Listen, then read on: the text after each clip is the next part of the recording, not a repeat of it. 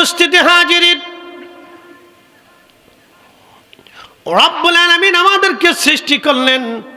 আল্লাহর সৃষ্টির নিপুণ বৈচিত্র্যময় বিষয়গুলি যদি আপনি লক্ষ্য করেন আরো আশ্চর্য হবেন।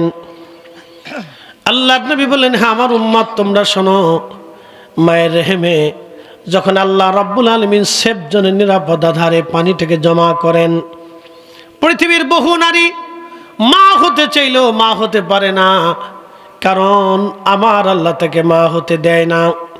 বহু নারী কোটি কোটি টাকার মালিক, বহু চিকিৎসা, পৃথিবীর সবচাইতে বড় বড় ডক্টর দেখিয়েছে, কিন্তু কাজ হয় না। পৃথিবীর কোনো ডক্টর সন্তান দিতে পারে না।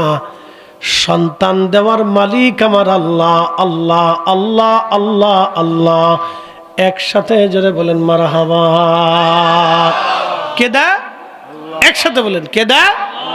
কে দেয়? আল্লাহ দিয়ে দেয়, আমরা পারি না।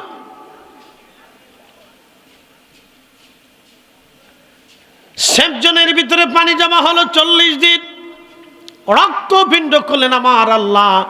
এরপরে আমার রব আমার আল্লাহ ওই পানিটাকে আরো 40 দিন ওই রক্তপিণ্ডটাকে আমার আল্লাহ রিফাইন করেন। রিফাইন করতে করতে করতে করতে আরো 40 দিন পার হলো, গোশতের টুকরা হয়ে গেল। ওই গোশতের টুকরাটাকে আরো 40 দিন পর্যন্ত রিফাইন করতে করতে অস্থিপুঞ্জি হলো। আল্লাহ এর উপর চামড়া দিলেন, গোশত দিলেন, রগ দিলেন, যেখানে যেটা দেওয়ার দরকার আল্লাহ ধীরে ধীরে সেটা দিলেন। মায়ের রেহেমের মধ্যে ধীরে ধীরে ধীরে ধীরে আল্লাহ দিলেন। 120 দিনের মাথায় যখন 120 দিন হয়, তখন 120 দিনের সময় আমার আল্লাহ রূহ নামক ইঞ্জিনটা আমাদের বডির মধ্যে আল্লাহ জিব্রাইলকে দিয়া ফুকায় দেন। আরো জোরে বলেন আল্লাহু আকবার।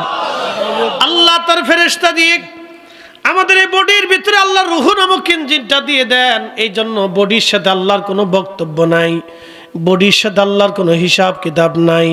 আল্লাহ হিসাব নেবে রুহের সাথে। এই জন্য আল্লাহ ডাক দানিয়া আয়াতুহান নাফসুল মুতমাইন্না তুরজিই ইলা রাব্বিকি রাদিয়াতাম মারদিয়া। হে নফসে মুতমাইন্না, প্রশান্ত আত্মা, তুমি আমি আল্লাহর হুকুম মেনে মেনে চলছো, আমার কোরআনের হালালকে হালাল মেনেছ, কোরআনের হারামকে হারাম মেনেছ, কোরআনের আইনকে নিজের জীবনে আইন মেনেছ, আমার রসুলের সুন্নাহ আদর্শকে নিজের জীবনে বাস্তবায়ন করেছ। হে নফসে মুতমাইন্না, আসো, প্রশান্ত আত্মা, আমি তোমার উপরে খুশি।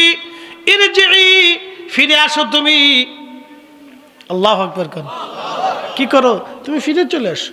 ইরজিই, আসো।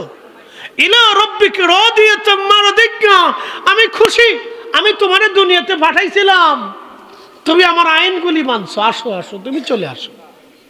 তখন এই দেখবেন আল্লাহর পেয়ারা মেহবুব বান্দারা, বুজুর্গরা যখন ইন্তেকাল করে, তখন সে নিজেও বুঝতে পারে না কখন মারা যাচ্ছে। মায়ের কোলে মা যেমন বাচ্চাকে দুলিয়ে দুলিয়ে আমাদেরকে ঘুম পাড়িয়েছে, ঠিক ওই রকম আপনি ঘুমিয়ে পড়বেন, আর কপাল থেকে তখন ঘাম আসতে থাকবে। বুজুর্গ ইন্তেকালের পরে তার নিদর্শন দেখবেন, কপাল থেকে ঘাম আসতে থাকবে। বুঝে যাওয়াটা জরুরি। আল্লাহর বডির সাথে কোনো বক্তব্য নাই, এই বডির সাথে স্ট্রাকচারের সাথে এটা কোনো বক্তব্য আল্লাহর নাই। আল্লাহর বক্তব্য হচ্ছে ইঞ্জিনের সাথে। তোমাকে পাঠিয়েছিলাম, তোমাকে পাঠিয়েছি, ইরজিই, ফিরে আসো, ইলা রাব্বিকা রাদিয়াতাম মারদিয়া। তুমি আমি আল্লাহর দেওয়া আইন বিধানগুলি মানছো, কষ্ট করছো, ক্ষুধার্ত থাকছো, কিন্তু হারাম খাও নাই। তুমি না খেয়ে থাকছো, কিন্তু হালাল ছাড়ো নাই। তুমি সারা রমজানে রোজা রাখছো দিনের ভাগে, কিন্তু তুমি খাও নাই, তুমি ক্ষুধার যন্ত্রণায় তৃষ্ণায় কষ্ট হয়েছে। এ বান্দা, তুমি রাত জেগে ইবাদত করছো, আমাকে সেজদা দিয়েছো, আসো। তুমি গীবত, শেখায়েত, তহমত, ফাহিশা কাজ, দুনিয়াবি কুকর্ম অকর্ম থেকে তুমি দূরে থেকে আমি আল্লাহকে খুশি করছো, আসো। ইলা রাব্বিকা রাদিয়াতাম মারদিয়া, তুমি আমার সন্তুষ্টির দিকে আসো, আমি তোমার উপর খুশি হয়ে গেছি, আসো আসো। ফাদখুলি ফি ইবাদি ওয়াদখুলি জান্নাতি, তুমি আসো আমার ইবাদত গুজার বান্দাগুলি যে জান্নাতের ভিতরে, তুমি চলে আসো, তোমাকে ওই জান্নাতে জায়গা করে দেব। আরো জোরে বলেন সুবহানাল্লাহ সুবহানাল্লাহ। 120 দিনের মাথায় মায়ের রেহেমে আল্লাহ আমরা পাঠাইছে। 120 দিনে, ঠিক 120 দিনে, একদিন আগেও না পরেও না, ঠিক 120 দিন আল্লাহ পাঠিয়েছে।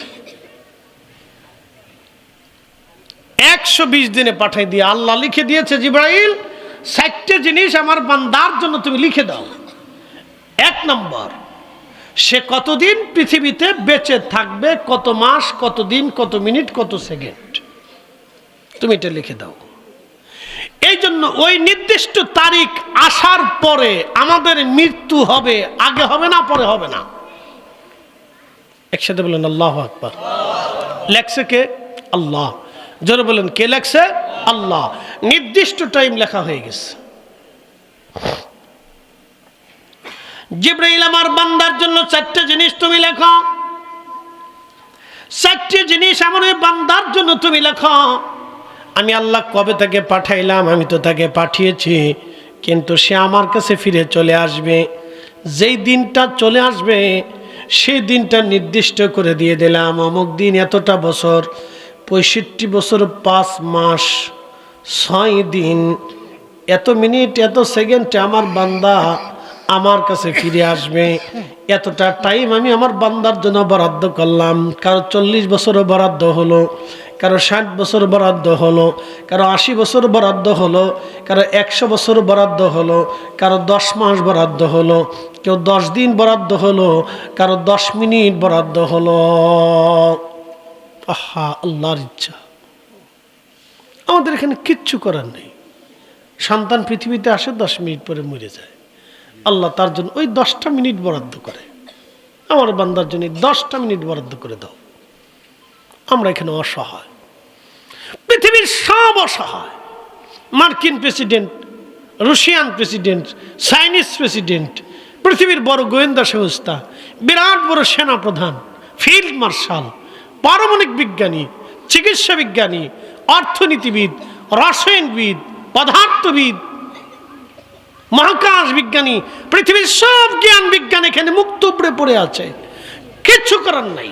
আমরা আল্লাহর কাছে অসহায়, আল্লাহর কাছে আমরা অসহায়, আমরা আল্লাহর কাছে কিচ্ছু করার নেই। আমাদের কারো কিছু করার নেই।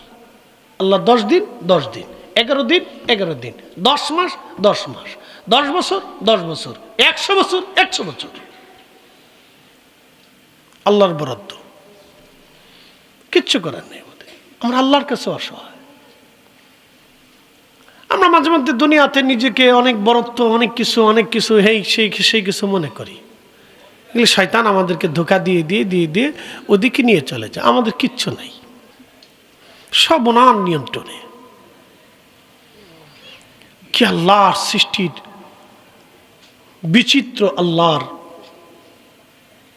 আপনি লক্ষ্য করলে, চিন্তা করলে, এগুলো ফিকির করতে হয়, চিন্তা করতে হয়। এগুলি মাঝে মধ্যে আমাদের চিন্তা করা উচিত যে আমরা মানুষ হিসেবে আল্লাহ আমাদের পাঠাইছে, কি জন্য পাঠাইলো, কেন পাঠাইলো, কেন আসলাম, আমরা কেন মানুষ হলাম। আল্লাহ ভিন্ন কোনো জাতি করে পাঠাইতে পারতেন। আমরা আল্লাহ মানুষ করে বানাইছেন, কেন পাঠাইছেন? এই নফসের সাথে আল্লাহর কথা হবে, রুহের সাথে আল্লাহর কথা হবে, বডির সাথে আল্লাহর কোনো বক্তব্য নাই।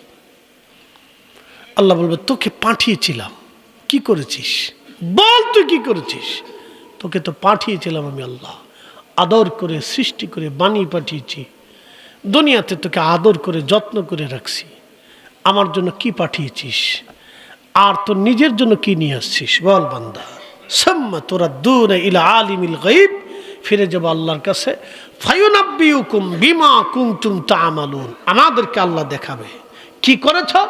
নামাজ, রোজা, জিকির, ফিকির, হজ, হালাল, হারাম কি করেছ তুমি, আল্লাহ সব সেই দিন পুঙ্খানুপুঙ্খরূপে আমলনামা একটার পর একটার পর একটার পর একটার পর আল্লাহ দেখাই দেবে। দেখো তুমি এটা করছো। সনাতনীরা বিশ্বাস হলো আবার আসিব ফিরে ধানসিঁড়ি চিত্রে নবান্নে বাংলায়, হয়তো শালিকের বেশে, না হয় কাউয়ের বেশে, না কুত্তার বেশে, না বিড়ালের বেশে। তাদের বিশ্বাস যে আমরা আবার ভগবান আমাদেরকে পৃথিবীতে পাঠাবে, কিন্তু আমাদের বিশ্বাসে আর ফিরে আসার কোনো সুযোগ নাই। একসাথে বলে, জোরে বলেন, আরো জোরে। যদি সুযোগ থাকতো তাহলে আমাদের রসুলের চাইতে মর্যাদাওয়ালা কেউ নাই। কথা ঠিক আছে না ভাই? যদি সুযোগ থাকতো তাহলে আমাদের রসুলের মতো পৃথিবীতে সুপ্রিম পাওয়ার আর কারো নাই। পৃথিবীতে যদি আল্লাহ কাউকে সর্বোচ্চ সুপ্রিম পাওয়ার দিয়ে থাকে তিনি আমাদের রসুল। কথা ঠিক আছে না? যার ইশারায় আকাশের চাঁদ দ্বিখণ্ডিত করে দেখিয়েছে আল্লাহ, যার ইশারাতে সূর্য উদিত হয়েছে, যাকেই পবিত্র মেরাজের মাসে, রজবের মাসে আল্লাহ দাওয়াত দিয়ে নিয়েছে। আচ্ছা বলেন, আজকে যে আমি আসছি, আমি কি ইচ্ছা করে আসছি না আপনাদের দাওয়াতে আসছি? দাওয়াতে আসছি দেখি আপনারা সম্মান দিয়ে, চেয়ার দিয়ে, খাবার টাবার দিয়ে কত ধরনের আয়োজন করছেন, হরেক রকমের খাবার টাবার দিয়ে যে এক দুনিয়ার খাবার রান্না করছেন। আপনারা জানেন যে হুজুর এত কিছু একা খাইতে পারবে না। 10 জনের খাবার আমার সামনে দিচ্ছেন যে হুজুরি খাক। আপনারা চান যদি হুজুরি সব খেয়ে ফেলায় তা আমরা খুশি, সে আমার মেহমান, আমি দাওয়াত করে আনছি। ঠিক আছে না? এটা আপনাদের অনুভূতি, ভালোবাসা, মেহমানের প্রতি তাজিম, সম্মান। তা আপনার এই সম্মানের তাগিদে আপনারা আমাকে দাওয়াত করে আনছেন, সুন্দর মঞ্চ আমাদের আলেমদের জন্য তৈরি করছেন, আবার পাবলিকরে দাওয়াত করছেন, তাদের জন্য সুন্দর পরিবেশ তৈরি করছেন। এই দাওয়াত করে এনে আপনারা দাওয়াত করে আনছেন। যদি আরও সম্মান হতো, যদি আমার ঢাকা বাসার থেকে গাড়ি পাঠাইয়া অথবা বিমান দিয়ে সিলেটে আইনা, সেখান থেকে গাড়ি দিয়ে আইনা সসম্মানে আবার এয়ারপোর্টে বসে, আবার বিমান দিয়ে বসে, আবার বাইক পর্যন্ত আপনাদের গার্ডে যদি নিয়ে পৌঁছায় দিতেন, তাহলে হয়তো একবারে পরিপূর্ণ সম্মান। আল্লাহ তার রসুলকে দাওয়াত করছে, নবী ইচ্ছা করে মেরাজে যায় নাই। আল্লাহু আকবার বলবেন না? দাওয়াত কে করেছে? নিয়ে গেছে কে? কার মাধ্যমে? জিবরাইল দিয়ে, বাহন দিয়ে, সম্মানের সাথে মিছিল দেওয়াইয়া, ইজ্জত দেওয়াইয়া আল্লাহ তার রসুলকে নিয়ে আইছে। হুজুর আপনি আসেন, আমার কাছে দাওয়াত আপনার। আল্লাহ নবী ইচ্ছা করে দাওয়াত নেয় না যে আল্লাহ আমার মেরাজে নাও, মেরাজে নাও, মেরাজে নাও, আসমানে নাও, সপ্তম আসমানে নাও, তোমার বাইত নাও, ঘুরে ঘুরে আসি, আল্লাহ আমার নেও নেও নেও, তোমার বাইত দাওয়াত আল্লাহ আমার। আল্লাহ রসুল সাইদে দাওয়াত নেই। আল্লাহ তার রসুলকে মোহাম্মত করে দাওয়াত করে নিয়ে সপ্তম আসমানে নিয়ে ফুকিল আলাতে দিদারে রব দেখাইয়া সেই দিন আল্লাহ তার রসুলকে আবার দুনিয়াতে পাঠাইছে। আল্লাহু আকবার। আরো জোরে বলেন, আরো জোরে। এই নবীর চাইতে সুপ্রিম পাওয়ার আর পৃথিবীতে কারো আছে? নাই। যদি ফিরে আসা যাইতো তাহলে ওই রসুলকে আল্লাহ আবার দুনিয়াতে পাঠাইতো। কথা ঠিক আছে না ভাই? অত ফিরে আসার কোনো সুযোগ আর নাই। অন টাইম একবার। এই জন্য নফসের সাথে আল্লাহর ভক্ত, ভাই তোমাকে পাঠিয়েছিলাম, কি করেছো? এটার সাথে আল্লাহর বক্তব্য হবে, কথা দাও। তুমি তো বলছিলে কলু বালা, আমি বলেছিলাম আলাস্তু বিরাব্বিকুম, আমি কি তোমাদের রব নেই? তুমি বলছিলে কলু বালা, হ্যাঁ তুমি আমাদের রব। তো রব বলে দুনিয়াতে যাওয়ার পরে কেন অস্বীকার করছো? জবাব দাও। এর সাথে আল্লাহর বক্তব্য হবে। প্রিয় উপস্থিতি হাজিরিন, প্রিয় ভাই আমার, খুব মনোযোগের সাথে কথা শুনবেন। আল্লাহ রাব্বুল আলামিন লিখে দেন, হে বান্দা, কি পরিমাণে সে রিজিক অন্বেষণ করবে, রিজিক খাবে। আমার বান্দার জন্য তুমি লিখে দাও কয়টা ভাতের দানা, কয়টা মাছ, কয়টা গোশতের, কতটুকুন তরকারি, কতটুকুন খাবার আমার বান্দা খাবে, তুমি লিখে দাও। আপনার ব্যাংকে হাজার হাজার কোটি টাকা থাকবে, কিন্তু আপনি খেতে পারবেন না, কারণ আল্লাহর বাজেটে খাবার নাই। এই জন্য যারা সরকারি টাকা চুরি করে বিদেশে বাড়ি বানায়, এদের মতো বলদ পৃথিবীতে আর একটাও নাই। কি কথা কন না কেন? যারা জনগণের টাকা মাইনে দিয়া বেগম পাড়া বাড়ি বানায়, সুইজারল্যান্ডের বিশ্ব ব্যাংক নাকি সুইস ব্যাংকে টাকা পাচার করে, এদের মতো বলদ পৃথিবীতে একটাও নাই। সে খেয়ে যেতে পারবে না। আল্লাহ যা খাইতে যতটুকুন লিখেছে ততটুকুনি খেতে পারবে, এর বেশি খেতে পারবে না। এক দানাও বেশি খেতে পারবে না, এটা বলদ। এই জন্য দোয়াতে বলতে হয়, আল্লাহ তুমি আমরা উত্তম রিজিকের ব্যবস্থা করো। কোটি কোটি টাকা থাকলে সে খেতে পারে না, আল্লাহর বরাদ্দে থাকা লাগবে। এই জন্য আল্লাহর কাছ থেকে চাই নিতে, আল্লাহ উত্তম রিজিক দাও, দুনিয়াতে দাও, আখিরাতে দাও। নবীজি কোরআনে দোয়া শিক্ষা দিয়ে দিছে, রব্বানা আতিনা ফিদ দুনিয়া হাসানাতাও ওয়া ফিল আখিরাতি হাসানাতাও ওয়া কিনা আযাবান্নার। দুনিয়ার হাসানা দাও, আখিরাতের হাসানা দাও, দুনিয়ার হাসানা দাও, আখিরাতের হাসানা দাও। দুনিয়াতে সুখ দাও, আখিরাতে মাপ দাও, দুনিয়াতে সুখ দাও, আখিরাতে মাপ দাও, দুনিয়াতে সুখ দাও, আখিরাতে মাপ দাও। মারহাবা কর। আল্লাহ শিখাইছে, এই জন্য বেশি বেশি এই দোয়া করবেন। আবার দোয়া করেন না আল্লাহ দুনিয়াতে বেশি বেশি শাস্তি দাও, আখিরাতে মাফ করে দাও, এটা করেন না কিন্তু। দুনিয়াতে নাও কান্দাইয়া, আখেরে কান্দায় না, এটা কইেন না, এটা কইেন না, সাবধান। আল্লাহ এটা কইতে নিষেধ করছে। আল্লাহ কইছে রব্বানা আতিনা ফিদ দুনিয়া হাসানা, দুনিয়ার হাসানা দাও, দুনিয়াতে হাসানা দাও, দুনিয়াতে সুখ দাও, দুনিয়াতে সুখ দাও, টাকা দাও, পয়সা দাও, খাবার দাও, দাবার দাও, ভালো খাবার দাও, আল্লাহ সন্তান দাও, সন্তান দাও, সুখ দাও, আল্লাহ দুঃখ দিও না। ফিল আখিরাতে হাসানা, আখিরাতে মাফ করে দাও, জান্নাত দাও, মাফ দাও, জান্নাত দাও, মাফ দাও, জান্নাত দাও। মারহাবা খান। আল্লাহ যেটা শিখেছে আমরা সেটা কমো, উল্টাটা কর দরকারটা কি? প্রত্যেক ধর্ম তার নিজস্ব বিশ্বাস আছে। যারা সনাতন তারা ভাবে এটা আমাদেরটা ঠিক, বাকি যা আছে সবই ঠিক। কথা ঠিক আছে না?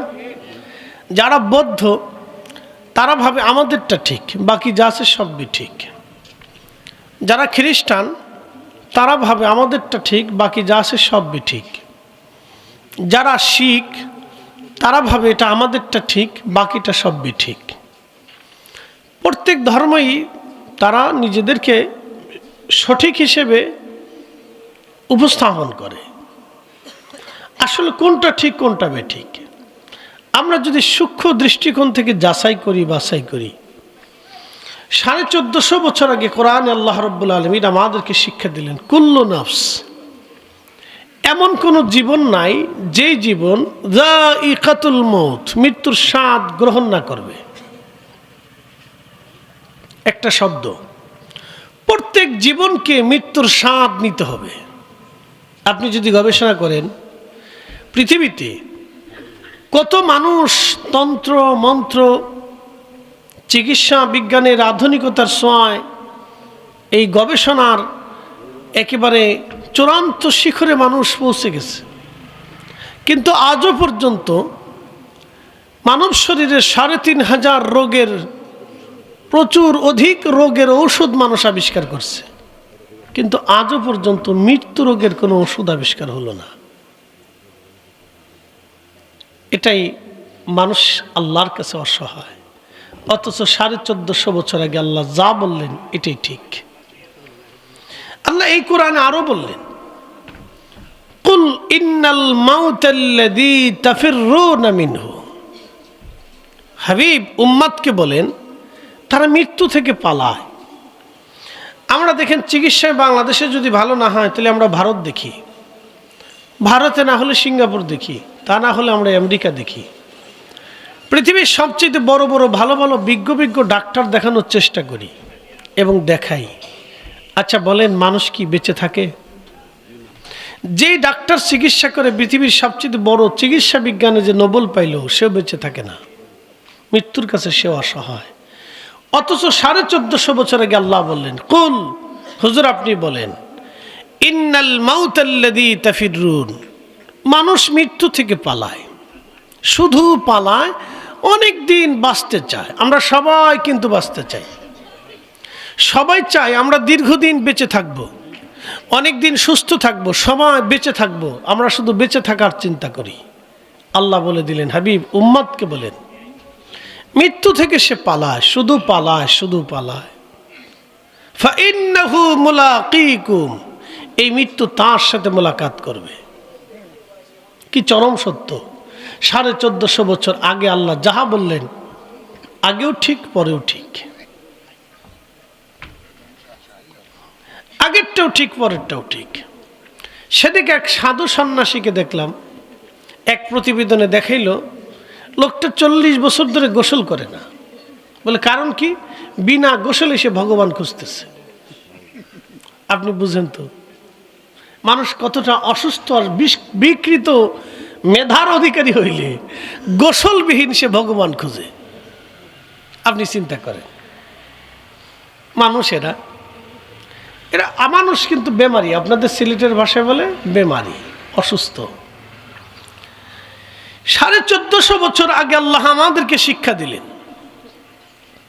হাবিব উম্মতকে বলেন মৃত্যু তার সাথে মোলাকাত করবে। শুধু এখানে শেষ না, আল্লাহ আরো বললেন, হুজুর আপনি বলেন সুম্মা তুরাদ্দুনা ইলা আলিমিল গায়বি ওয়াশ শাহাদাত, অতঃপর তারা আমার কাছে ফিরে আসবে।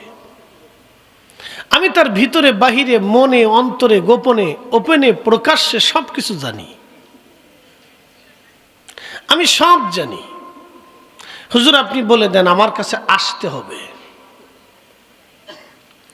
আর কখনো ফিরে আসার সুযোগ নেই। ফায়ুনাব্বিউকুম বিমা কুনতুম তা'মালুন, হুজুর উম্মতকে বলে দেন সেই দিন আমি আল্লাহ তাকে সব দেখাবো, তুমি কি আমল করছো কি করো নাই, কে নেক করছো কি করো নাই, আমি আল্লাহ সব তোমাকে দেখাবো। আল্লাহর কোরআনের প্রত্যেকটা কথা আপনি যদি পুঙ্খানুপুঙ্খরূপে যাচাই বাছাই চিন্তা করেন তা আপনার মাথায় হেঁটে আসবে যে 1450 বছর আগে যা যা বললেন তাহা ঠিক। প্রিয় উপস্থিতি, হাজিরিন খুব মনোযোগ দিবেন। 1450 বছর আগে আল্লাহ যা বললেন তা ঠিক। হুজুর উম্মতকে বলেন তারা আমি আল্লাহর কাছে ফিরে চলে আসবে। ইন্না লিল্লাহি, নিশ্চয় আমরা আল্লাহর জন্য, ওয়া ইন্না ইলাইহি রাজিউন, আমরা আল্লাহর কাছে আবার ফিরে চলে যাব। আমরা আসছিলাম আল্লাহর কাছ থেকে, ফিরে চলে যাব আল্লাহর কাছে। একসাথে বলেন সুবহানাল্লাহ। অবশ্যই ফিরে যাব আল্লাহর কাছে, আমরা আসছিলাম আল্লাহর কাছ থেকে। অ্যাটেনশন, ওয়া বাদা খালকাল ইনসানি মিন তিন, এই কোরআনে আল্লাহ বলেন আমি মানুষকে সৃষ্টির সূচনা করেছি মাটি থেকে।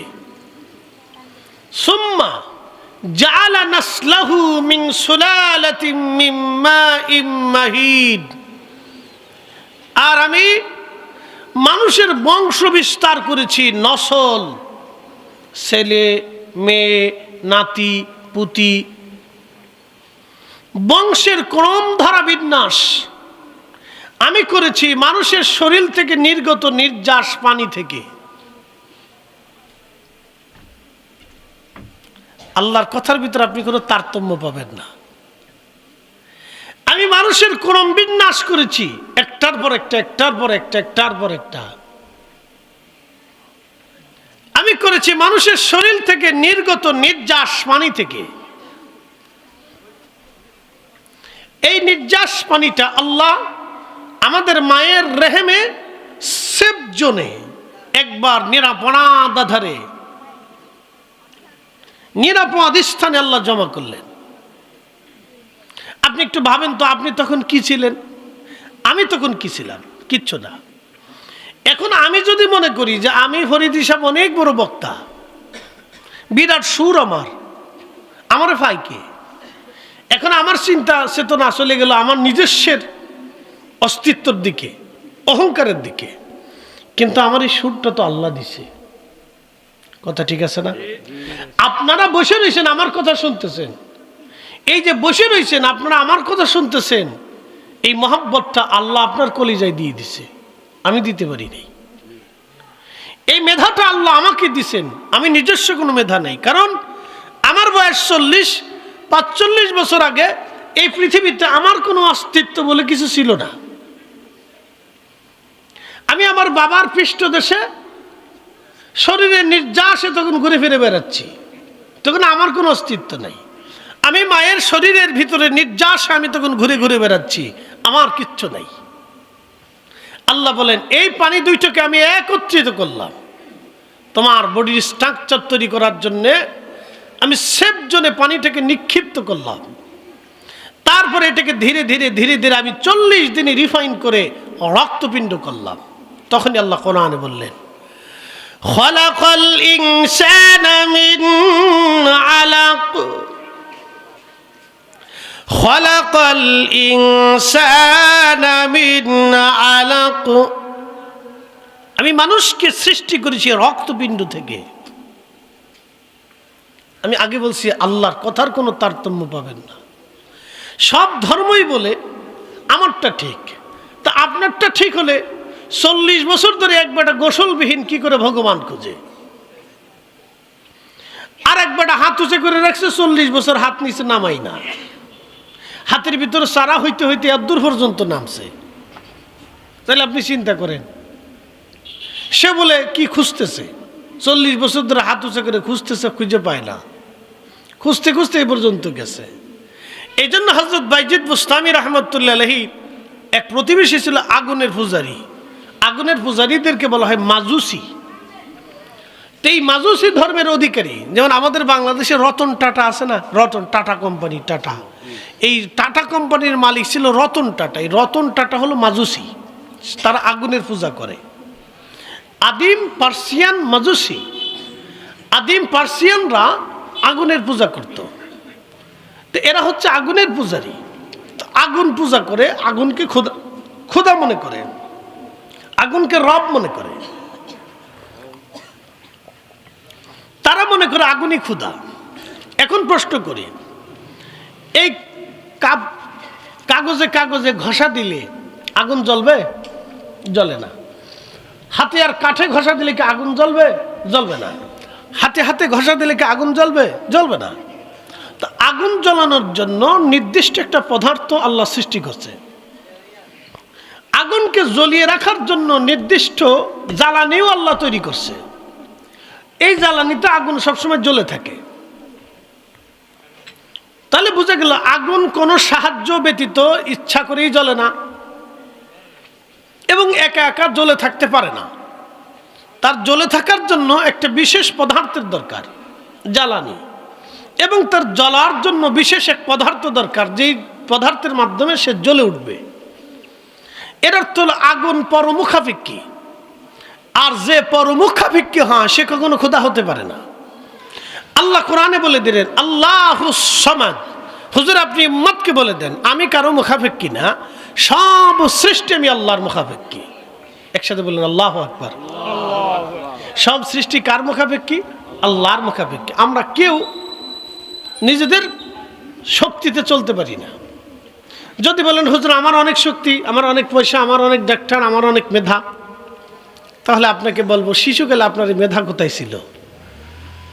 বৃদ্ধকালে আপনার এই শক্তি কোথায় থাকবে? শিশুকালে এই জ্ঞান গরিমা আপনার কোথায় ছিল? আপনি শিশুকালে একরকম, যৌবনে অন্যরকম, বৃদ্ধে আর এক রকম। এর অর্থ হচ্ছে আপনার শরীর আপনার নিয়ন্ত্রণে নাই, আপনার বডিটাও আল্লাহর নিয়ন্ত্রণে। আল্লাহু আকবার। আমরা আল্লাহর কাছে অসহায়। প্রিয় উপস্থিতি, খুব মনোযোগ দিবেন।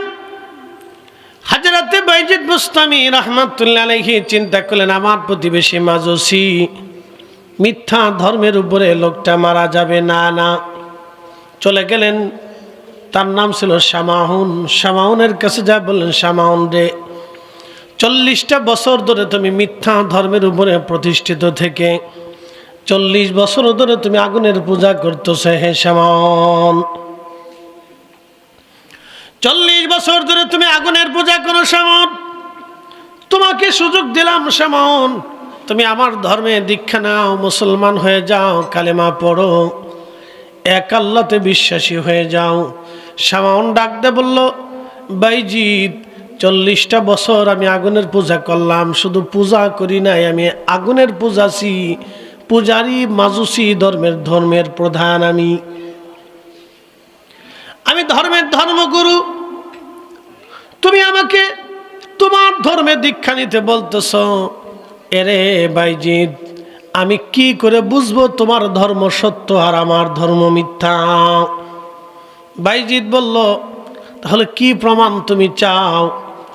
তখন ওই শামাউন ডাক দে বলল, বাইজিদ তোমার ধর্ম সত্য, তুমি প্রমাণ সাবমিট করো।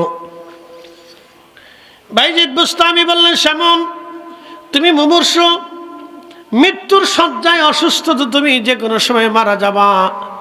শামাউন রে, তাহলে একটা কাজ করো, তুমি যেহেতু প্রমাণ চাও আমার ধর্ম সত্য না মিথ্যা, সেমন এক কাজ করো, তুমি আগুনের মধ্যে হাত দাও, আমি আগুনের মধ্যে হাত দিয়ে দেখি, যার হাত আগুনে পোড়াই দিবে তার ধর্ম মিথ্যা, যার হাত আগুনে পোড়াবে না তার ধর্ম সত্য।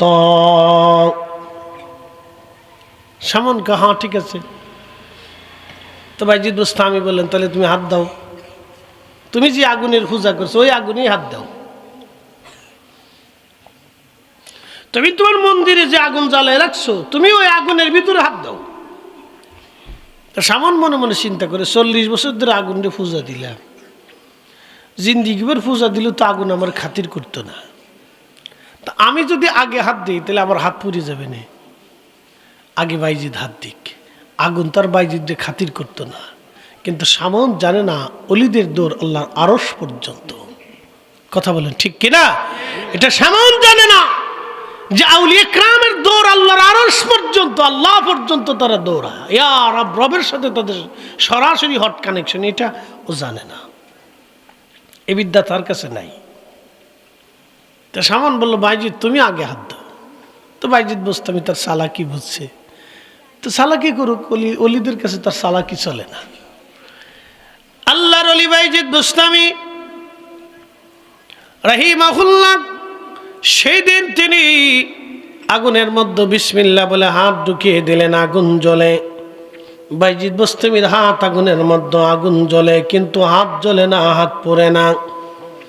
দীর্ঘ সময় হাত ধরে রাখলেন বাইজিদ। সামাউন দেখো, হযরত বাইজিদ বুস্তামি রাহিমাহুল্লাহ হাত বের করে নিয়ে আসলেন, সামাউনকে বললেন, সামাউন তুমি আবার আগুনের মধ্যে হাত দাও।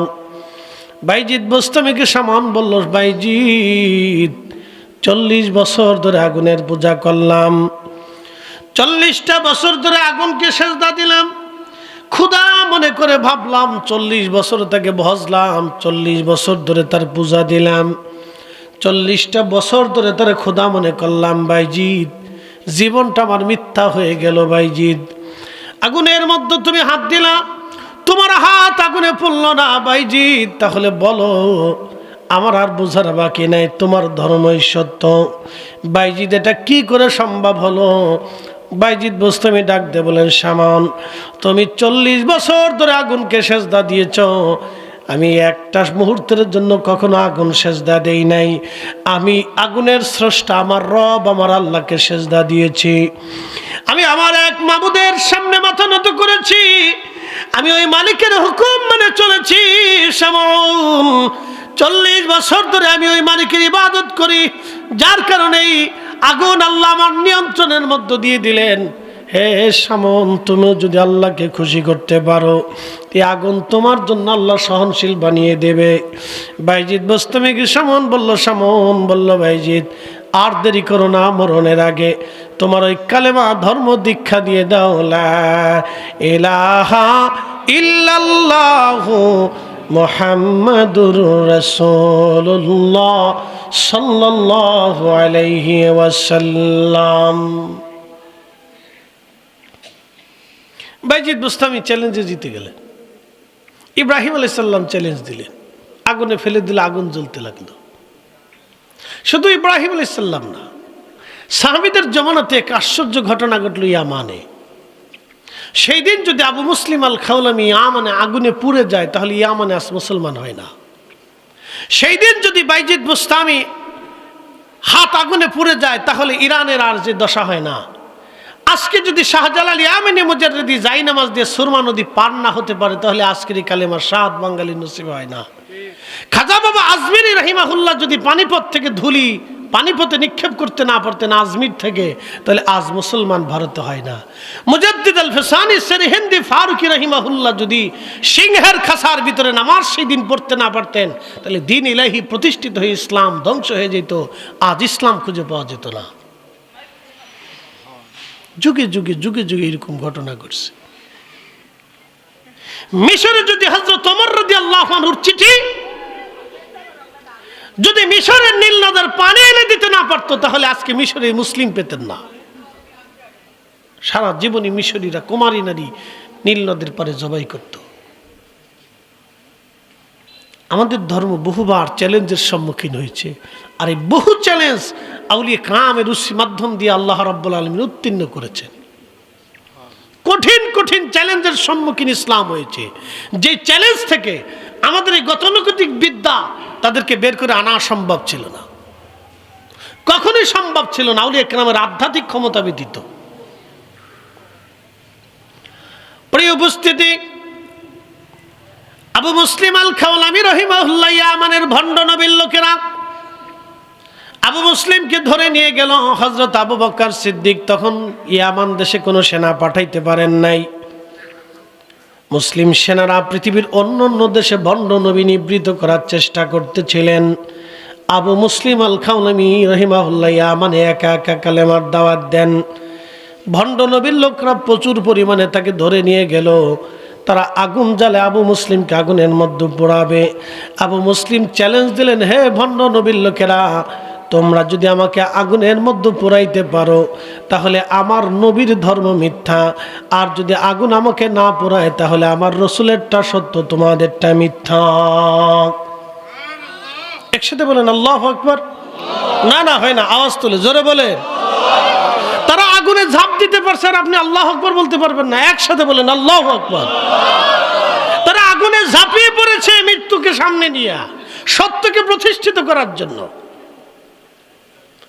তারা আগুনে ঝাঁপিয়ে পড়েছে হককে প্রতিষ্ঠিত করার জন্য। আবু মুসলিম বলেন, এ কাফেরের দল, তোরা আমাকে আগুনে ফেলে দে, যদি আমার ধর্ম মিথ্যা হয় তা আগুন আমাকে পুড়িয়ে দিবে, যদি আমার রাসূল আখিরি নবী হয় তাহলে আমার আগুন, এই আগুন আমাকে পোড়াবে না, তোদেরটা মিথ্যা। ওরা হাত পা বেঁধে হযরত আবু মুসলিম আল খাওলামিকে আগুনের মধ্যে ছেড়ে দিল। লক্ষ লক্ষ মানুষ এই দৃশ্যের সাক্ষী।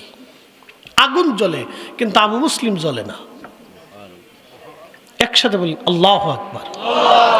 আচ্ছা বলেন, আগুন যখন জ্বলে তখন আগুনের ভিতরে কি অক্সিজেন থাকে?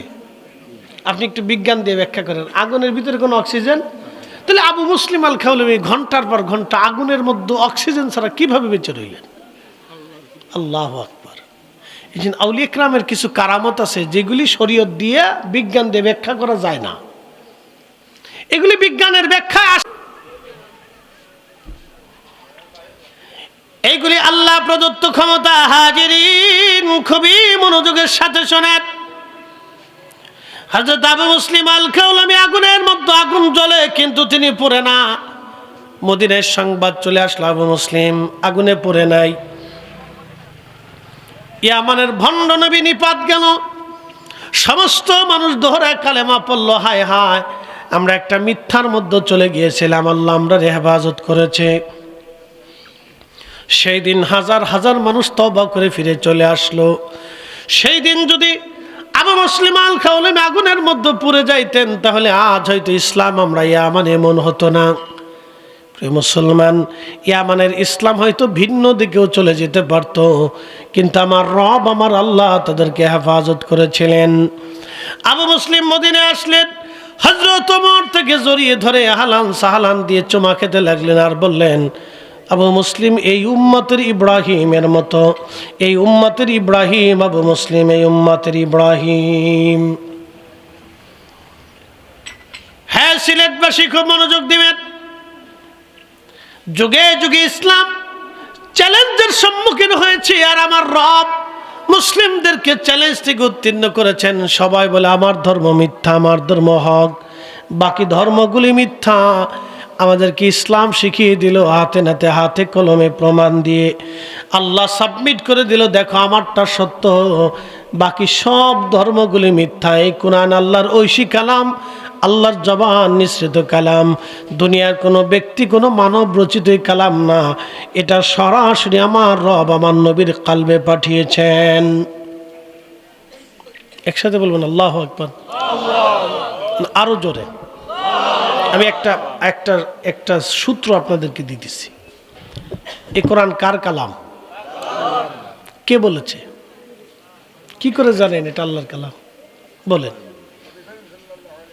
এই যে একজন উত্তর দিছে, আল্লাহ রসুল বলছেন এটা আল্লাহর কালাম, এই জন্য আমরা জানি এটা আল্লাহর কালাম। সূত্র সহজ, একেবারে পানির মতো পরিষ্কার। আপনি কি করে জানেন এটা আল্লাহর কালাম? প্রমাণ দেন। আপনি কি করে জানেন এটা আল্লাহর কালাম? আপনি প্রমাণ দেন। আমাদের প্রমাণ, আমাদের রাসূল বলেছেন আলিফ লাম মিম আল্লাহর কালাম, আমরা বিশ্বাস করছি আল্লাহর কালাম। কথা ঠিক কিনা? আমার রাসূল বলেছেন যালিকাল কিতাবু লা রাইবা ফীহি হুদাল লিল মুত্তাকিন, এটা আল্লাহর কালাম। সাহাবায়ে কেরাম বলেছেন লা শাক্কা লা রাইবা, এটা আল্লাহর কালাম। আমার রাসূল বলেছেন বুনিয়াল ইসলাম আলা খামসিন শাহাদাতি আল্লাহ ইলাহা ইল্লাল্লাহ ওয়া আশহাদু আন্না মুহাম্মাদান আবদুহু ওয়া রাসূলুহু ওয়া ইকামিস সালাহ ওয়া ইতাইজ যাকাত ওয়াল হজ্জি ওয়া সাওমি রমাদান, এটা আমি রাসূলের কালাম। সব সাহাবীরা কয় এটা আপনার কালাম। আবার রাসূল আল্লাহর নবী বললেন, আল্লাহ কোরআনে বলছেন তোমরা আকিমুস সালাতা ওয়া আতুজ যাকাত, এটা আল্লাহর কালাম। তোমরা সালাত প্রতিষ্ঠিত করো, যাকাত দাও, এটা আল্লাহর কালাম। সাহাবায়ে কেরাম কয় এটা আল্লাহর কালাম। একসাথে বলবেন না মারহাবা? রাসূল যেটা বলছে এটা আমার কালাম, সাহাবীরা কয় এটা আপনার কালাম। রাসূল বলছেন এটা আল্লাহর কালাম, সাহাবীরা কয় এটা আল্লাহর কালাম। বুঝতে পারছেন? এই জন্যই কোরআন আল্লাহ জানিয়ে দিলেন আতিউল্লাহ, আল্লাহর ইত্তেবা করো, ও আতিউর রাসূল, আমার রাসূলের ইত্তেবা করো। এই কোরআনে আল্লাহ আবার বলে দিলেন মাইয়্যুতির রাসূলা ফাকাদ আতা আল্লাহ, আমার নবীর ইত্তেবা হইলেই আমি আল্লাহর ইত্তেবা হয়ে যাবে। একসাথে বলবেন আল্লাহু আকবার। নবী মানো। এই জন্য আমরা সুন্নিরা বিশ্বাস করি নবী পাইলে আল্লাহ পাওয়া হয়, নবী মানলে আল্লাহ মানা হয়, রাসূলকে খুশি করলে আল্লাহ খুশি করা হয়। আমরা সুন্নিদের ধারণা বিশ্বাস হচ্ছে রাসূলকে খুশি করতে বলে আল্লাহকে খুশি করা হয়, নবী পাইলে আল্লাহ পাওয়া হয়ে যায়। এই জন্য আমরা আকাবির যারা ছিলেন তারা সারা জীবন রাসূলের গোলামি করে গেছেন। এই জন্য আল্লামা ইকবাল রহিমাহুল্লাহ জবাবে শিকওয়াতে লিখে দিয়েছেন কে ওয়াফা তুনে মোহাম্মদ সে तू हम तेरे हैं ये जांच जी किया लौह कलम तेरे हैं। জিজ্ঞেস যদি করি যে আল্লাহর কালাম আপনি বুঝলেন কেমনে, কি করে জানলেন? সাহাবীরা কি করে জানলো যে এটা আল্লাহর কালাম? সাহাবীরা জানছে যে রাসূল বলছেন এটা কালাম, এটা কালাম। নবী আবার হাদিস বলছেন যে এটা আমি বলছি, সাহাবীরা কয় এটা আপনি বলছেন।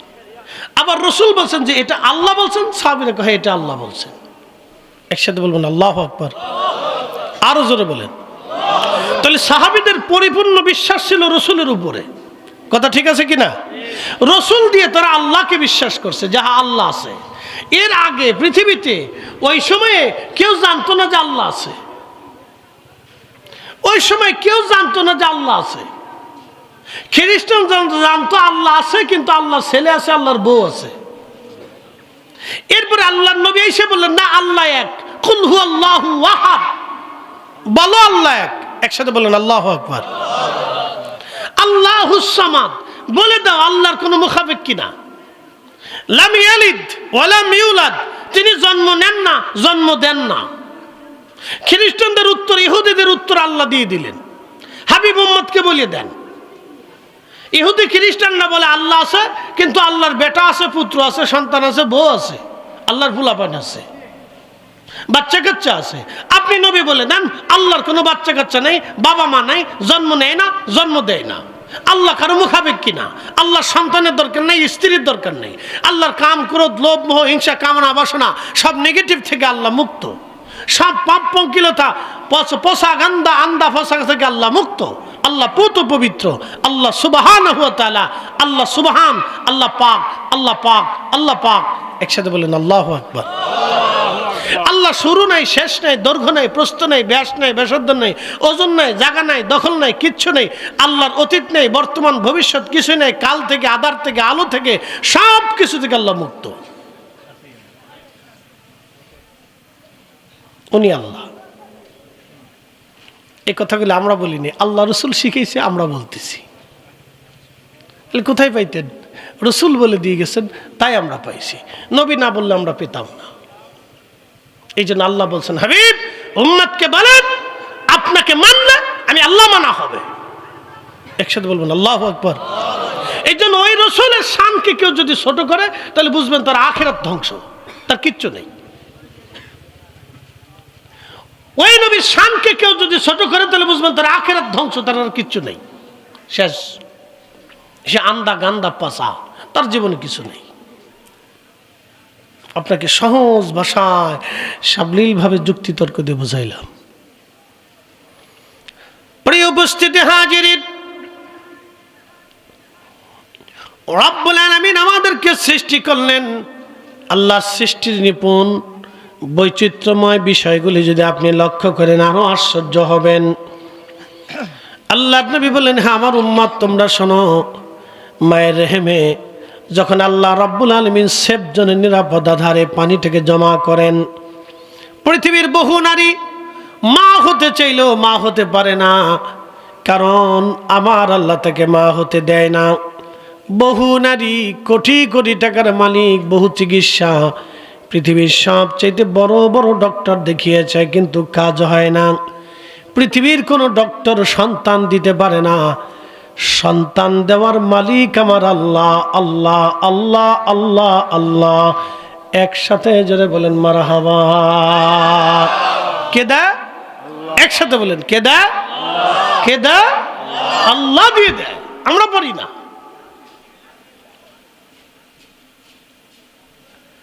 সেফজনের ভিতরে পানি জমা হলো 40 দিন, রক্তপিণ্ড করলেন আমার আল্লাহ। এরপরে আমার রব আমার আল্লাহ ওই পানিটাকে আরো 40 দিন ওই রক্তপিণ্ডটাকে আমার আল্লাহ রিফাইন করেন। রিফাইন করতে করতে করতে করতে আরো 40 দিন পার হলো, গোশতের টুকরা হয়ে গেল। ওই গোশতের টুকরাটাকে আরো 40 দিন পর্যন্ত রিফাইন করতে করতে অস্থিপুঞ্জি হলো। আল্লাহ এর উপর চামড়া দিলেন, গোশত দিলেন, রগ দিলেন, যেখানে যেটা দেওয়ার দরকার আল্লাহ ধীরে ধীরে সেটা দিলেন। মায়ের রেহেমের মধ্যে ধীরে ধীরে ধীরে ধীরে আল্লাহ দিলেন। 120 দিনের মাথায় যখন 120 দিন হয়, তখন 120 দিনের সময় আমার আল্লাহ রূহ নামক ইঞ্জিনটা আমাদের বডির মধ্যে আল্লাহ জিব্রাইলকে দিয়া ফুকায় দেন। আরো জোরে বলেন আল্লাহু আকবার। আল্লাহ তার ফেরেশতা দিয়ে আমাদের এই বডির ভিতরে আল্লাহ রূহ নামক ইঞ্জিনটা দিয়ে দেন। এই জন্য বডির সাথে আল্লাহর কোনো বক্তব্য নাই, বডির সাথে আল্লাহর কোনো হিসাব কিতাব নাই। আল্লাহ হিসাব নেবে রুহের সাথে। এই জন্য আল্লাহ ডাক দানিয়া আয়াতুহান নাফসুল মুতমাইন্না তুরজিই ইলা রাব্বিকি রাদিয়াতাম মারদিয়া। হে নফসে মুতমাইন্না, প্রশান্ত আত্মা, তুমি আমি আল্লাহর হুকুম মেনে মেনে চলছো, আমার কোরআনের হালালকে হালাল মেনেছ, কোরআনের হারামকে হারাম মেনেছ, কোরআনের আইনকে নিজের জীবনে আইন মেনেছ, আমার রসুলের সুন্নাহ আদর্শকে নিজের জীবনে বাস্তবায়ন করেছ। হে নফসে মুতমাইন্না, আসো, প্রশান্ত আত্মা, আমি তোমার উপরে খুশি। ইরজিই, ফিরে আসো তুমি। আল্লাহু আকবার কর। কি করো? তুমি ফিরে চলে আসো। ইরজিই, আসো। ইলা রাব্বিকা রাদিয়াতাম মারদিয়া, আমি খুশি, আমি তোমারে দুনিয়াতে পাঠাইছিলাম, তুমি আমার আইনগুলি মানছো, আসো আসো, তুমি চলে আসো। তখন এই দেখবেন আল্লাহর পেয়ারা মেহবুব বান্দারা, বুজুর্গরা যখন ইন্তেকাল করে, তখন সে নিজেও বুঝতে পারে না কখন মারা যাচ্ছে। মায়ের কোলে মা যেমন বাচ্চাকে দুলিয়ে দুলিয়ে আমাদেরকে ঘুম পাড়িয়েছে, ঠিক ওই রকম আপনি ঘুমিয়ে পড়বেন, আর কপাল থেকে তখন ঘাম আসতে থাকবে। বুজুর্গ ইন্তেকালের পরে তার নিদর্শন দেখবেন, কপাল থেকে ঘাম আসতে থাকবে। বুঝে যাওয়াটা জরুরি। আল্লাহর বডির সাথে কোনো বক্তব্য নাই, এই বডির সাথে স্ট্রাকচারের সাথে এটা কোনো বক্তব্য আল্লাহর নাই। আল্লাহর বক্তব্য হচ্ছে ইঞ্জিনের সাথে। তোমাকে পাঠিয়েছিলাম, তোমাকে পাঠিয়েছি, ইরজিই, ফিরে আসো, ইলা রাব্বিকা রাদিয়াতাম মারদিয়া। তুমি আমি আল্লাহর দেওয়া আইন বিধানগুলি মানছো, কষ্ট করছো, ক্ষুধার্ত থাকছো কিন্তু হারাম খাও নাই, তুমি না খেয়ে থাকছো কিন্তু হালাল ছাড়ো নাই, তুমি সারা রমজানে রোজা রাখছো দিনের ভাগে, কিন্তু তুমি খাও নাই, তুমি খোদার যন্ত্রণায় তৃষ্ণায় কষ্ট হয়েছে। এ বান্দা, তুমি রাত জেগে ইবাদত করছো, আমাকে সেজদা দিয়েছো, আসো। তুমি গীবত, শেখায়েত, তহমত, ফাহিশা কাজ, দুনিয়াবি কুকর্ম অকর্ম থেকে তুমি দূরে থেকে আমি আল্লাহকে খুশি করছো, আসো। ইলা রাব্বিকা রাদিয়াতাম মারদিয়া, তুমি আমার সন্তুষ্টির দিকে আসো, আমি তোমার উপর খুশি হয়ে গেছি, আসো আসো। ফাদখুলি ফি ইবাদি ওয়াদখুলি জান্নাতি, তুমি আসো আমার ইবাদত গুজার বান্দাগুলি যে জান্নাতের ভিতরে, তুমি চলে আসো, তোমাকে ওই জান্নাতে জায়গা করে দেব। আরো জোরে বলেন সুবহানাল্লাহ, সুবহানাল্লাহ। 120 দিনের মাথায় মায়ের রেহেমে আল্লাহ আমরা পাঠাইছে। 120 দিনে, ঠিক 120 দিনে, একদিন আগেও না পরেও না, ঠিক 120 দিন আল্লাহ পাঠিয়েছে। 120 দিনে পাঠাই দিয়ে আল্লাহ লিখে দিয়েছে, জিবরাইল 4টে জিনিস আমার বান্দার জন্য তুমি লিখে দাও। 1 নম্বর, সে কতদিন পৃথিবীতে বেঁচে থাকবে, কত মাস, কত দিন, কত মিনিট, কত সেকেন্ড, তুমি এটা লিখে দাও। এই জন্য ওই নির্দিষ্ট তারিখ আসার পরে আমাদের মৃত্যু হবে, আগে হবে না, পরে হবে না। একসাথে বলেন আল্লাহু আকবার। লেখছে কে? আল্লাহ। জোরে বলেন, কে লেখছে? আল্লাহ। নির্দিষ্ট টাইম লেখা হয়ে গেছে। জিবরাইল, আমার বান্দার জন্য 4টে জিনিস তুমি লেখো, 4টে জিনিস আমার ওই বান্দার জন্য তুমি লেখো। আমি আল্লাহ কবে তাকে পাঠাইলাম? আমি তো তাকে পাঠিয়েছি, কিন্তু সে আমার কাছে ফিরে চলে আসবে। যেই দিনটা চলে আসবে সেই দিনটা নির্দিষ্ট করে দিয়ে দিলাম, অমুক দিন এতটা বছর, 65 বছর 5 মাস 6 দিন, এত মিনিট, এত সেকেন্ডে আমার বান্দা আমার কাছে ফিরে আসবে।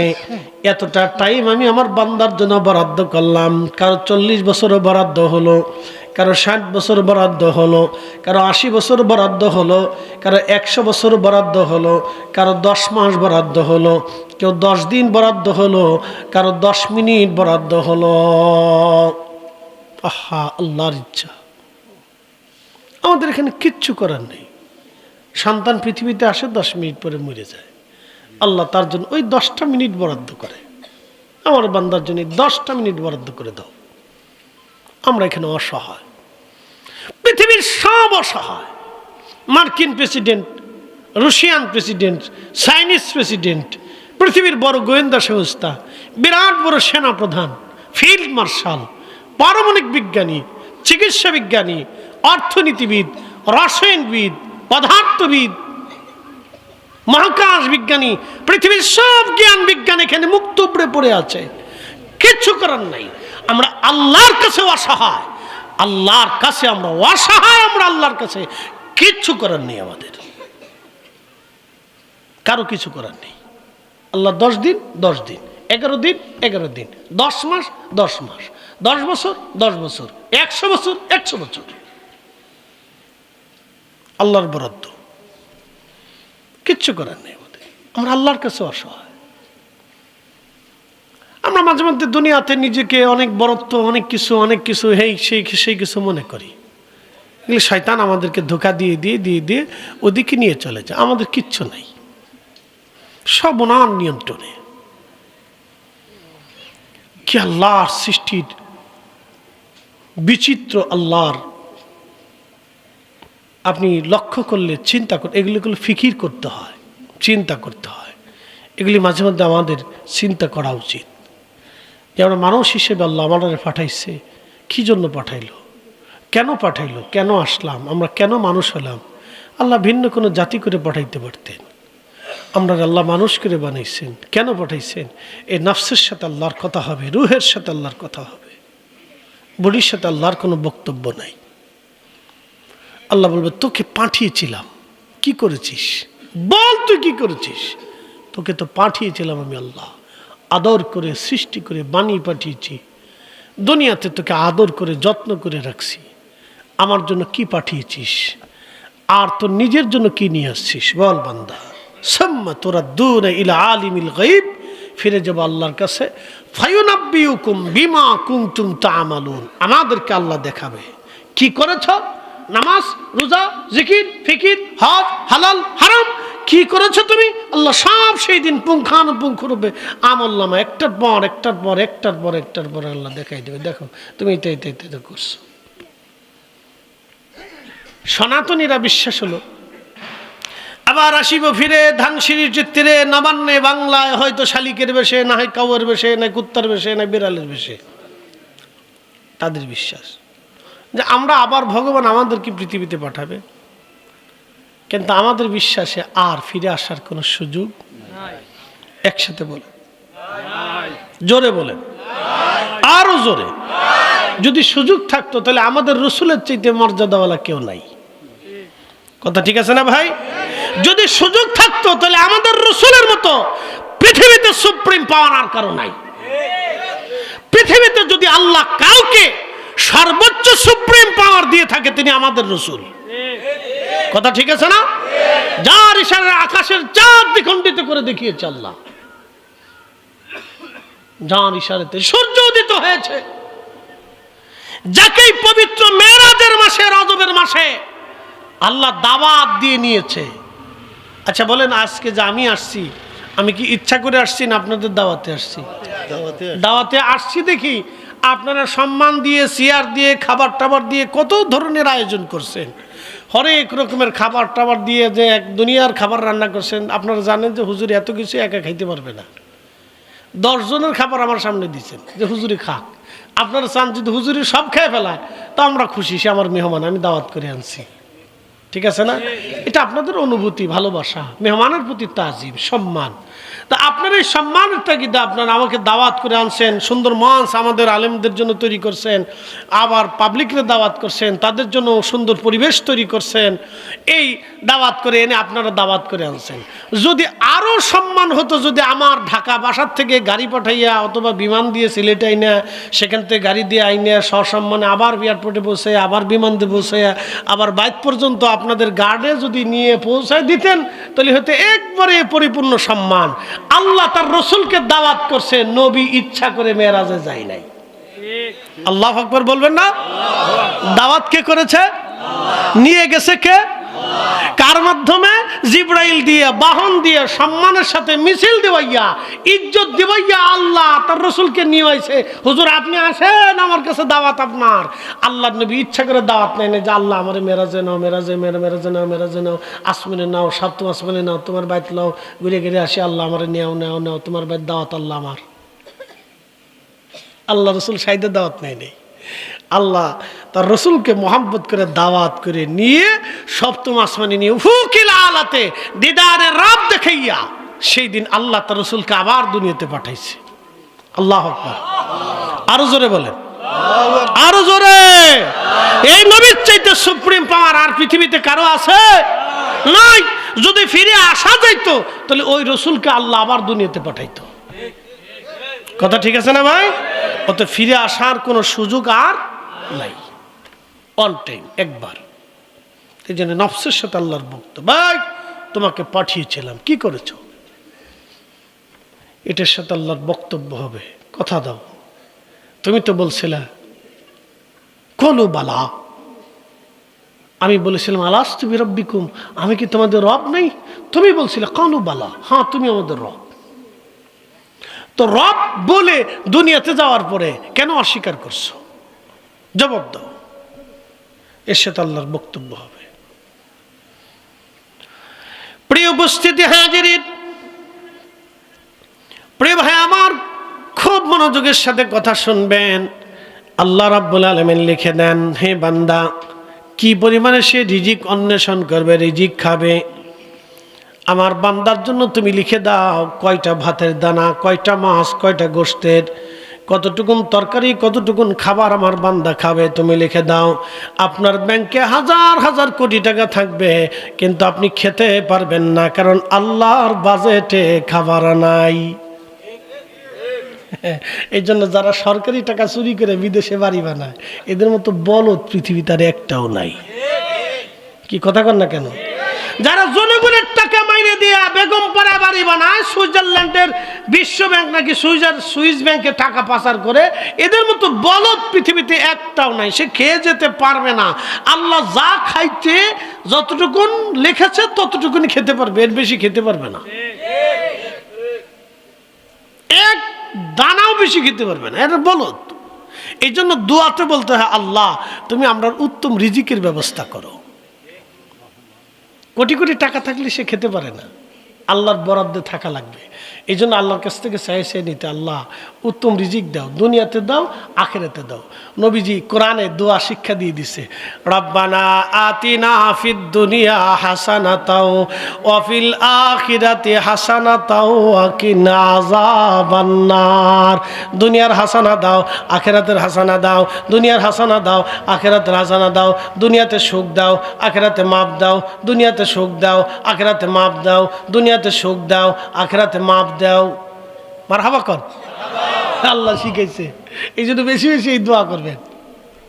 আবার দোয়া করেন না আল্লাহ দুনিয়াতে বেশি বেশি শাস্তি দাও, আখিরাতে মাফ করে দাও, এটা করেন না। কিন্তু দুনিয়াতে নাও কান্দাইয়া, আখেরে কান্দায় না, এটা কইেন না, এটা কইেন না, সাবধান। আল্লাহ এটা কইতে নিষেধ করছে। আল্লাহ কইছে রব্বানা আতিনা ফিদ দুনিয়া হাসানা, দুনিয়ার হাসানা দাও, দুনিয়াতে হাসানা দাও, দুনিয়াতে সুখ দাও, দুনিয়াতে সুখ দাও, টাকা দাও, পয়সা দাও, খাবার দাও, দাবার দাও, ভালো খাবার দাও, আল্লাহ সন্তান দাও, সন্তান দাও, সুখ দাও, আল্লাহ দুঃখ দিও না। ফিল আখিরাতে হাসানা, আখিরাতে মাফ করে দাও, জান্নাত দাও, মাফ দাও, জান্নাত দাও, মাফ দাও, জান্নাত দাও। মারহাবা কন। আল্লাহ যেটা শিখেছে আমরা সেটা কমো, উল্টাটা কর দরকারটা কি? উল্টা বলার দরকার নাই তো।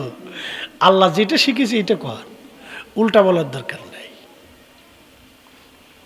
এই জন্য আল্লাহ রসুল দোয়া করতে, রব্বানা আতিনা ফিদ দুনিয়া হাসানা, আল্লাহ দুনিয়াতে হাসানা দাও, দুনিয়াতে সুখ দাও, আল্লাহ শান্তি দাও। আল্লাহ আমরা দুনিয়াতেও শান্তি চাই, আখিরাতেও চাই, দুনিয়াও চাই, আখিরাতেও চাই। আল্লাহ দুনিয়াটাও দাও, আখিরাতে দাও। আর বিশেষ বিশেষ বুজুর্গ ওলি যারা ছিলেন তারা আল্লাহর সাথে প্রেম করতেন, ওই স্তরে আমরা নাই, ঠিক আছে না নি? তারা আর আল্লাহর সাথে প্রেম ছিল আলাদা প্রেম, এটা একবারে তাকওয়ার সর্বোচ্চ স্তর, ওই স্তরে আমরা সবাই নাই। এই জন্য আমরা সবার লেগে আল্লাহ কইছে রব্বানা আতিনা ফিদ দুনিয়া হাসানা, দুনিয়া চাও, দুনিয়া চাও, দুনিয়াতে সুখ চাও। কোটি কোটি টাকা থাকলে সুখ হয় না। হাজার হাজার কোটি টাকার মালিক পোলা মদ খায়, মদ টদ খাইয়ে বাড়ি যায়, সে বাপের কয় বিয়ে বালা আসেননি। কি কথা কন না কেন? কথা খারাপ কিছু ভাই? আমার এলাকায় একজন কোটি কোটি টাকার মালিক হঠাৎ করে আঙ্গুল ফুলে কলা গাছে ইন্ডাস্ট্রি করলো। কারণ ফুলাই ফিটায়, মাইয়ে ফিটায়, বউ ফিটায়, ফুলাই ফিটায়, মাইয়ে ফিটায়, বউ ফিটায়, ফিটানি চোটে শেষ পর্যন্ত বোলাপাত ধুইয়ে নিজে নিজে একা একা এখন বাসা নিয়ে ঘুমায়, শান্তি নাই। তাহলে এই সুখের লাভ হলো কি? এই টাকার অর্থ কি হলো? ওর সাথে আমরাই ভালো আছি, সাধারণ মধ্যবিত্ত যাহা আছি, আল্লাহ যা আছে, বাচ্চা কাচ্চা সন্তান আদি নাতিপুত্র নিয়ে আমরা একসাথে খাইতে দিতে ঘুমায় সুখ শান্তিতে চলে যেতেছি। আলহামদুলিল্লাহ, জোরে বলেন আলহামদুলিল্লাহ। সুখ কার হাতে? আল্লাহর হাতে। আল্লাহ বলে দে, বান্দা জিবরাইল তুমি আমার এই বান্দার জন্য লিখে দাও সে কি পরিমাণে ইজ্জতওয়ালা হবে। 3 নম্বর। 4th নম্বর, লিখে দাও সে জান্নাতে নাকি জাহান্নামী। আহা, এই দৃশ্যটা হচ্ছে সবচেয়ে কঠিন। আল্লাহ রাসূল বলতেন, এ আমার উম্মত, এই জন্য দোয়া করো, রব্বানা লা তুজি কুলুবানা বাদা ইয হাদাইতানা ওয়া হাব লানা মিন লাদুনকা রাহমাতান ইন্নাকা আনতাল ওয়াহ্হাব। আল্লাহ আমরারে তুমি হেদায়েতের রাস্তা দেখাইয়া গোমরা বানাই দিও না। আল্লাহ আল্লাহ আমরারে ঈমান দিছো, এই ঈমানের হালতে নিয়ে যাও। আল্লাহ আমরারে তোমরা যে ইয়াকিন দিছো, ইয়াকিনের হালতে নিয়ে যাও। আল্লাহ কত মানুষ আছে মুসলমান হওয়ার পরে কাফের হয়ে যায়, কতজন আমল আখলাক সুন্দর থাকার পরে শেষ জীবনে বেঈমান হয়ে কবরে চলে যায়। আল্লাহ তোমরা আমরারে তুমি বেঈমান বানাই দিও না। আল্লাহ রব্বানা লা তুজি কুলুবানা বাদা ইযা হাদাইতানা ওয়া হাব লানা মিন লাদুনকা রাহমাতান ইন্নাকা আনতাল ওয়াহ্হাব। 4টে জিনিস বলে দিয়ে গেলাম। আল্লাহ শ্রোতা বক্তা সবাইকে আমল করার তৌফিক দিক, বলেন আমিন। ফিরে যাব ভাই কার কাছে? একসাথে বলেন, কার কাছে? আল্লাহর কাছে। দুনিয়ার সব অর্থবিত্তগুলি আমরা রেখেই চলে যাব, কিচ্ছু নিতে পারবো না, কোনো সুযোগ নাই। 2টা জিনিস নিতে হবে, ঈমান আমল। ঈমান আমল। আমাদের বডির সাথে আল্লাহর বক্তব্য হবে না, নফসের সাথে আল্লাহ বক্তব্য হবে। তোমাকে কেন পাঠিয়েছিলাম, তুমি কি করেছো, শেষ জবাব দাও, হিসাব দাও। আমি এক পেয়ালা পানি পান করেছি, চা খেয়েছি, যদি আল্লাহ হিসাব চায় তা আমি শেষ। এই জন্য আল্লাহ রসুল বলতেন, উম্মত তোমরা বিনা হিসাবে আল্লাহর কাছে মাপ চাও। এই জন্য আল্লাহ নবী 70 বার ইস্তিগফার করতেন। নবীজির কোনো গুনাহ ছিল না, তিনি পাপ পঙ্কিলতা মুক্ত, একবার আইব মুক্ত, ত্রুটি মুক্ত, খাতা মুক্ত, মাসুমের পরে মাসুম যদি কেউ থাকে তাহলে রসুল ছিলেন। মাসুমের উপরে যদি কেউ মাসুম থাকে, সর্বশ্রেষ্ঠ মাসুম আমার রসুল ছিলেন। তারপরেও আল্লাহর সাথে 70 বার ইস্তিগফার করতেন, আল্লাহ ভুল হয়ে গেছে, আল্লাহ ভুল হয়ে গেছে। আমি আপনারা আমারে খাওয়াইছেন, আদর করে বাসায় রাখছেন, খাবার দাবার খাওয়ানোর পরে